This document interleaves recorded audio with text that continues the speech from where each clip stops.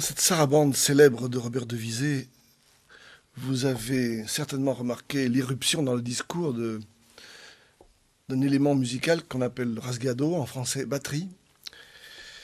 Et je voudrais aujourd'hui qu'on s'intéresse un peu plus à cet élément, qui a été très critiqué, même haï, je pense, au XVIIe siècle, comme pour certains de nos jours, pour que certains l'ont trouvé un peu bling-bling ou un peu vulgaire ou même parfois brutal. Et justement, je voudrais qu'on en prenne conscience parce que c'est devenu un outil de plus en plus indispensable dans la guitare classique contemporaine.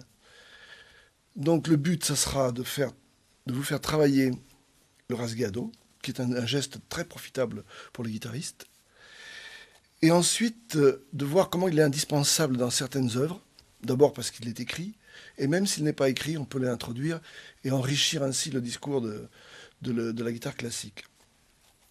Et enfin, ça développe énormément la puissance, la vitesse, la force de la main droite, et c'est utile non seulement pour exécuter le rasgado, mais aussi pour les gestes habituels de la guitare classique, les arpèges, la synchronisation, la vitesse, etc. Alors voilà. Le rasgado le plus spontané, c'est celui qui consiste à déployer les 4 doigts dans l'ordre E, A, M, I, E étant le petit doigt, comme ceci.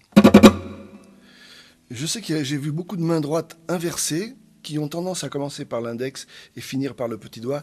Néanmoins, il faut lutter contre cette tendance et essayer de le faire dans le sens ordinaire, celui de la majorité des gens.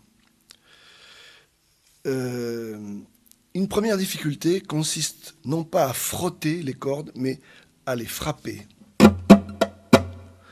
Donc, ne pas brosser, ne pas frotter les cordes, ce qui donnerait un son brouillé. Essayer de frapper, ce qui donne un son clair et net. Comme ceci. La difficulté, c'est que la plupart des gens, dans la guitare classique, ont l'habitude d'approcher la corde par contact. Et ici, il faut projeter le doigt et avoir une notion nouvelle, celle d'impact. Par exemple.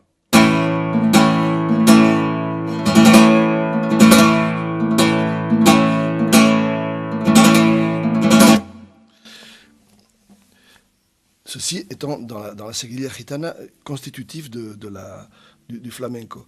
Nous, on ne va pas faire de flamenco du tout, mais on va essayer d'adapter cet outil, qui est le rasgado, à des tas de situations dans la guitare classique pour faire face à d'abord à des situations nouvelles, comme j'ai dit tout à l'heure, et aussi à inventer certains outils qui nous permettront de résoudre des problèmes. Il faut d'abord commencer à travailler le rasgado le plus difficile, qui est le rasgado continu.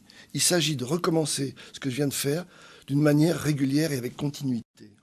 Il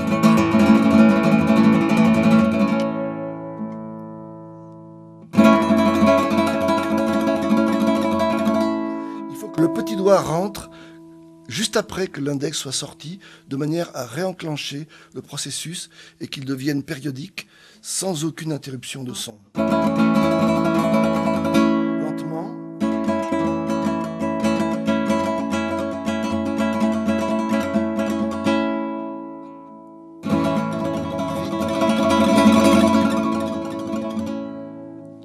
Si on ne joue pas avec la 6e corde, on peut poser le pouce, ce qui facilite, donne de la stabilité à la main.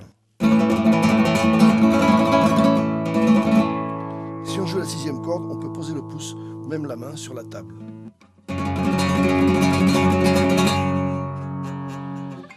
Il faut pratiquer ça extrêmement longuement.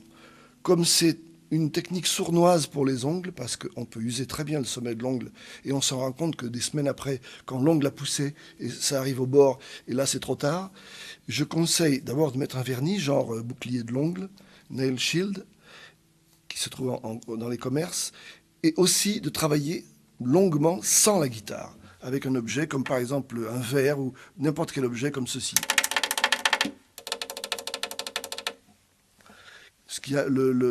Pour le travail, c'est la même chose, et on n'use pas autant les ongles que quand on joue avec les cordes de la guitare. Ça, c'est très important pour pouvoir le pratiquer pendant des mois et des mois, puisqu'il s'agit d'une pratique qui demande des mois. Ce n'est pas un geste simple pour ceux qui ne l'ont jamais fait.